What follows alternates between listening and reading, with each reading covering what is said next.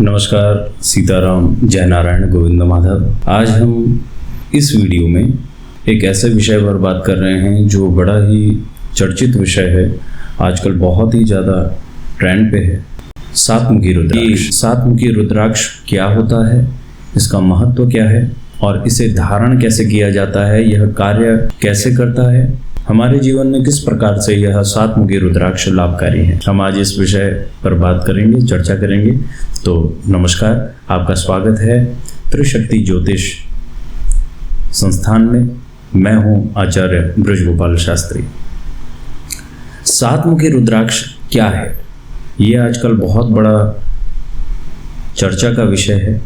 सातमुखी रुद्राक्ष एक प्रकार का रुद्राक्ष ही है, उसके नाम में ही है सातमुखी, अर्थात सात मुख जिसमें होते हैं। आप देख रहे होंगे स्क्रीन पर कि सातमुखी रुद्राक्ष में 7 फेस होते हैं, अर्थात 7 मुख होते हैं। लकीरों के स्वरूप में 7 मुख इस सप्तमुखी रुद्राक्ष के अंदर पाए जाते हैं। और सातमुखी रुद्राक्ष की इतनी चर्चा क्यों हो रही है? सातमुखी रुद्राक्ष विशेष करके माँ भगवती लक्ष्मी का स्वरूप माना जाता है और माँ भगवती दुर्गा की विशेष कृपा का प्रसाद स्वरूप में माना जाता है सातमुखी रुद्राक्ष। सातमुखी रुद्राक्ष अपने आप में बहुत ही विशेष और प्रभावशाली रुद्राक्ष है। माँ लक्ष्मी का इस पर विशेष आशीर्वाद है इस रुद्राक्ष पर।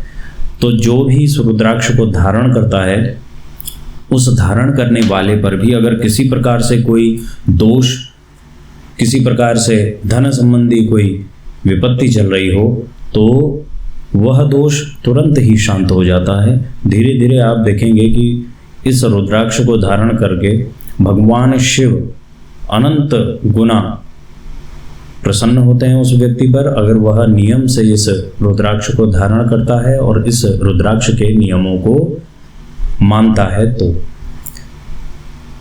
श्री महाशिव पुराण में भी कहा गया है कि इस रुद्राक्ष को धारण करने वाले जातक के ऊपर शनि ग्रह और राहु केतु ग्रह की शुभ दृष्टि प्रारंभ हो जाती है। अगर किसी के ऊपर किसी प्रकार की कोई 7.5 चल रही हो, किसी प्रकार से राहु केतु की कोई महादशा, दशा इत्यादि चल रही हो, ढैया इत्यादि, शनि इत्यादि की चल रही हो, तो इन ग्रहों की भी शांति के लिए सप्तमुखी रुद्राक्ष को आप धारण कर सकते हैं। परंतु शर्त यही है कि वह रुद्राक्ष बिल्कुल ओरिजिनल फॉर्म वाला हो, नेपाली रुद्राक्ष ही हो। आने के लिए बैंकॉक और थाईलैंड इत्यादि से भी रुद्राक्ष आते हैं, इंपोर्ट होते हैं भारत में, परंतु जो सबसे बेस्ट क्वालिटी होती है वह है नेपाली रुद्राक्ष की। तो आइए जानते हैं सातमुखी रुद्राक्ष के लाभ। सातमुखी रुद्राक्ष की अगर हम बात करें तो सातमुखी रुद्राक्ष से अनंत गुना लाभ हमारे जीवन में आते हैं। वह लाभ किस प्रकार से आते हैं ये भी हम जान लेते हैं। शारीरिक लाभ। सर्वप्रथम हमें शारीरिक तौर पे अत्यंत लाभ होता है। अगर किसी बीमारी से हम ग्रसित हैं, मधुमेह है या फिर अन्य प्रकार की बीपी हाई बीपी लो वाली प्रॉब्लम अगर हमारे साथ है, तो सातमुखी रुद्राक्ष को हम अवश्य धारण करें। सातमुखी रुद्राक्ष से हमारे जीवन में आरोग्यता आएगी और दिन प्रतिदिन हमारे शारीरिक रोगों से हमें मुक्ति मिलेगी। दूसरा है मानसिक और आध्यात्मिक लाभ। मानसिक और आध्यात्मिक लाभ में हम बात करें तो इस रुद्राक्ष को धारण करने से मानसिक शांति और मन की स्थिरता का विशेष लाभ हमें प्राप्त होता है।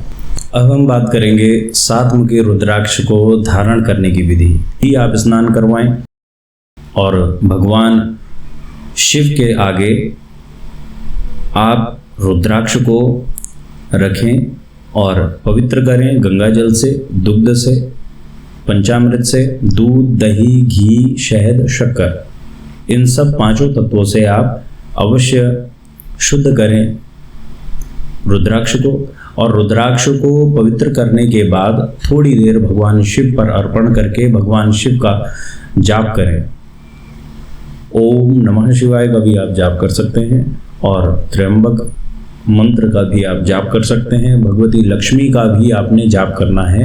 इन जापों के बाद थोड़ी देर बैठकर भगवती लक्ष्मी का जाप करें और उसके बाद ध्यान करें भगवान शिव का, भगवती गौरी का। शिव परिवार के साथ उनके गणों का ध्यान करें, भगवान लक्ष्मी नारायण के साथ उनके पार्षदों का ध्यान करें।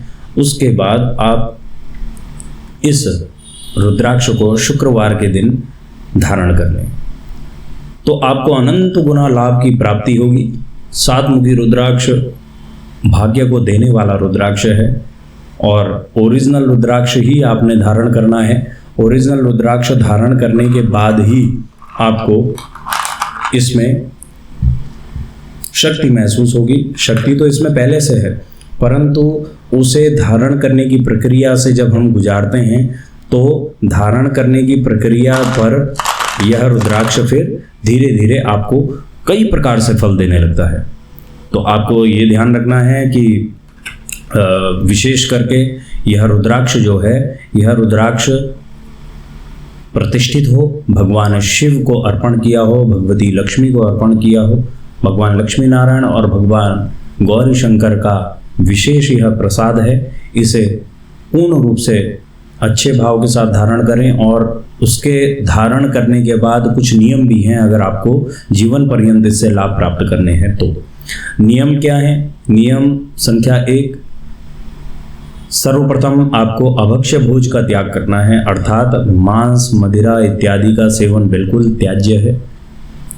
वैसे तो प्याज लहसुन भी त्याज्य है, परंतु मांस और मदिरा तो विशेष करके आप लोगों के लिए फिर त्याज्य है। ऐसे व्यक्ति के साथ कुछ भी खान पान करना भी आपके लिए त्याज्य है। धूम्रपान इत्यादि किसी भी प्रकार का कोई नशा, किसी भी प्रकार का कोई अभक्ष्य भोज आपके लिए त्याज्य है, ये मान के रखिए। तो आपको विशेष करके इन नियमों का पालन करना है। त्रयोदशी या फिर शुक्रवार के दिन आपको विशेष पूजन करना है। त्रयोदशी के दिन भगवान शिव और शुक्रवार के दिन भगवती लक्ष्मी का आपको विशेष पूजन करना है।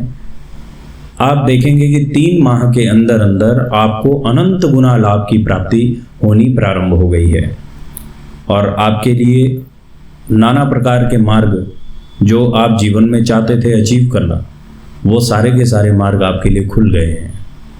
तो आप विशेष करके भगवान शंकर, भगवती लक्ष्मी, भगवान नारायण और भगवती गौरी का विशेष करके आप ध्यान करें और रुद्राक्ष को धारण कर लें। तो आज की यह वीडियो केवल इस विषय पर थी कि 7 मुखी रुद्राक्ष क्या है।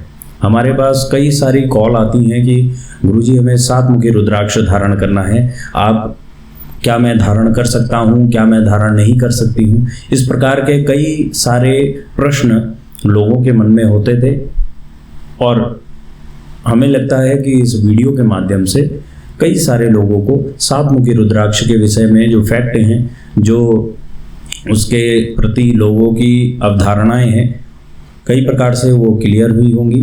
तो 7 मुखी रुद्राक्ष अत्यंत ही शुभ रुद्राक्ष है और इस 7 मुखी रुद्राक्ष को 5 मुखी रुद्राक्ष की ही तरह हर कोई धारण कर सकता है।